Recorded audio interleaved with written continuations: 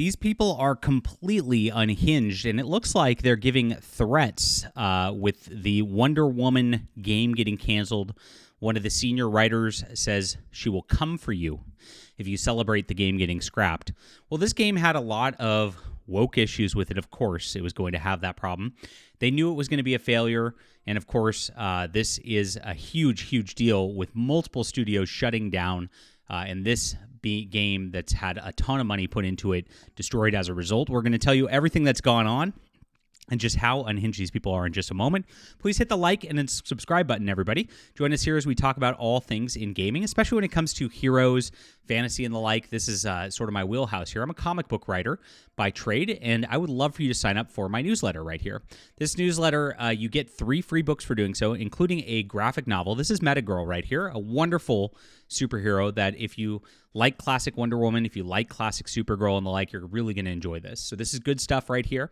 A $50 value just for free for signing up, and that way you don't miss any of my new releases, and we have some cool stuff coming this year, guys. Stay in contact with me. Join in the description below. I've got a bunch of other links if you want to support with a bookstore, Subscribestar, and of course our Substack where we report the news every day. So woke activist and former senior writer for the scrapped Wonder Woman game reached the news. The game has been shut down by saying she will come for you, or reacted, sorry, if you happen to celebrate it being canceled. Warner Brothers confirmed the game, as well as developer Monolith Productions, were getting shut down in a statement that they issued to Kotaku yesterday. We had to make some very difficult decisions to structure our development studios and investments around building the best games possible with our key franchises, Harry Potter, Mortal Kombat, DC, and Game of Thrones. After careful consideration, we are closing 3 of our development studios, Monolith Productions, Player First Games, and Warner Brothers Games San Diego. So that's huge. So many layoffs are starting to hit the industry. A lot of these studios in the West have had bloat. They've had wokeism. They've had just terrible things happen. And of course, none of these studios are selling any games. Now, what's shocking to me is that Rocksteady is still in development and still exists after Suicide Squad killed the Justice League. It's like they're shooting in the wrong direction here. But this Wonder Woman game was going to be a travesty. I mean, it is crazy. The development of one of Monolith's Wonder Woman video game will not move forward. Wow. Scrapping a project at this state of the game is pretty crazy. Our hope was to give players and fans the highest quality experience possible for iconic character, and unfortunately this is no longer possible with our strategic priorities. This is another tough decision as we recognize Monolith's storied history of delivering epic fan experiences through amazing games.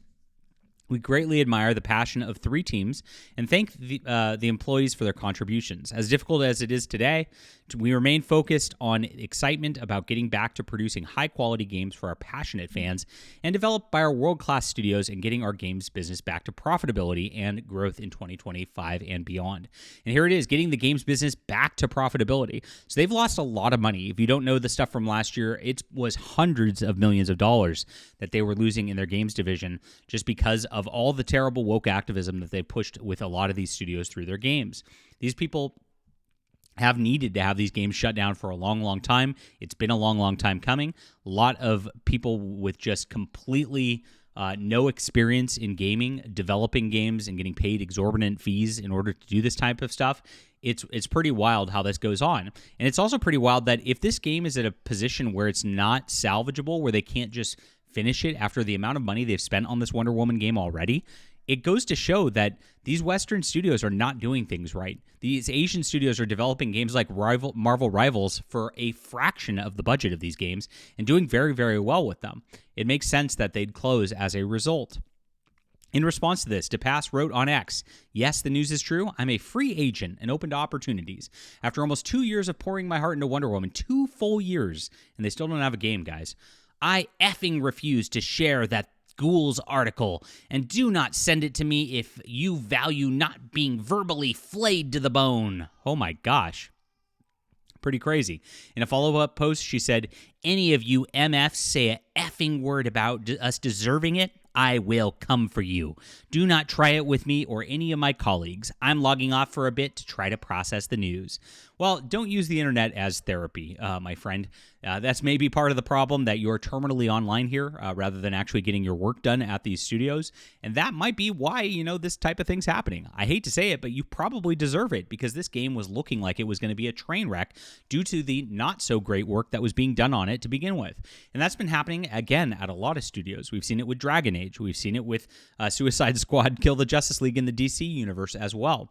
These people are pouring their hearts and souls into just, I guess, sitting in the office and doing 5 minutes of real work a day rather than actually trying to make these games and get them done under a budget and do things well for the fans to actually enjoy. That's the main problem with this. These people don't care about their audiences, and as you can see, they actually hate the audience. They know the audience was not going to be in on this game, that it was not going to go well for them. And so immediately they're lashing out at gamers and lashing out at fans who are understanding that, gosh, a lot of these studios have caused a lot of problems for years, and they're finally getting their due. They're finally getting cut because Eastern studios are absolutely destroying anything the West is producing at this juncture. It's pretty wild. Depass is a documented woke activist here who previously participated in the failed boycott of Hogwarts Legacy by the same company, and claimed that, of course, boycotting their own company's game, claimed that J.K. Rowling is trying to wipe out trans folks and abusing her platform to do so. Here it is.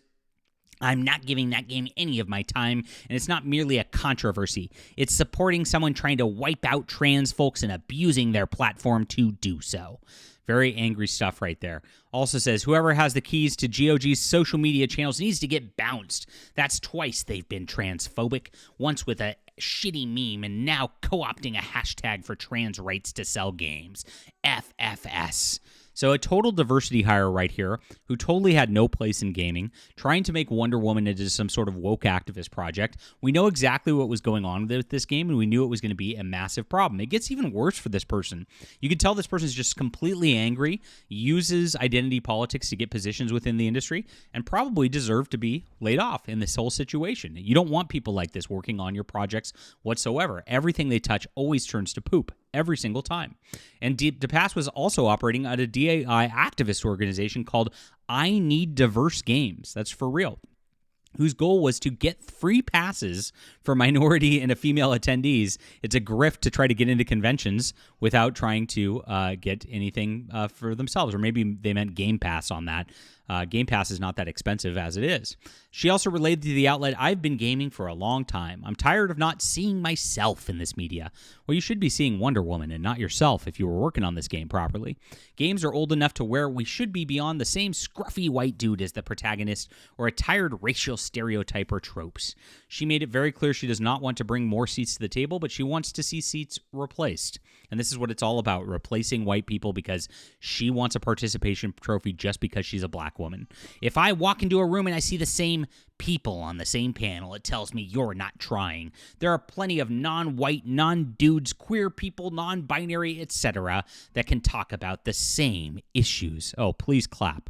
Well, this seems to be the type of attitude that ruins a game. And when you go into development for 2 years, you're spending $100 million plus. You can't get a game to a working state to where they can even salvage it and they have to scrap it.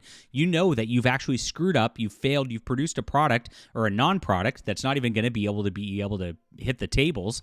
That is something that nobody wanted and was going to never work in the first place. Again, it seems like this was very deserved by all this point, and it is something ridiculous. So Monolith Productions Discord also said on this, I know every dev will say this is a they, them, by the way, about something they worked on, but it was going to be amazing. I'm not allowed to say much, but I can say that every single person was pouring their heart into it. They're always pouring their hearts into it. Have you noticed that? And yet they don't have a workable product. They don't even have something that can be salvaged by one of the other studios in this company to produce into an actual game. That's the state that it's in. Otherwise, they would be continuing it on, right? Our narrative team had a fantastic and deeply meaningful story, probably woke. Especially in these difficult times, I felt the world needed the story we were telling. Well, with a they, them, you know that when they're saying these buzzwords, deeply meaningful story these difficult times, that it's going to be some anti-Trump allegory, some weird feminist propaganda with a bunch of gay crap in it. That's what they do with everything they talk about. And sure enough, who else was involved in consulting on this? Gail Simone. Gail Simone is one of the biggest feminists in the comic book industry, and of course has been pushing that for a long, long time. And she was apparently a part of this as well. And so this game was a complete train wreck. And gosh, what are they saying? Don't actually call them out for it. Don't actually say that they did a bad job on this or they're going to come for you. Very, very wild behavior from people, non-professional behavior, and that's probably why they got fired in the first place. All right, leave a comment down below what you think about this. Please hit the like and subscribe button. And if you like fun comic book stories, sign up for my newsletter. This is a great one right here. Would love to have you on board and love to have you check out my work. There's lots coming this year. Please connect. It's in the description below. This is a $50 value, absolutely free. I appreciate you guys for being here.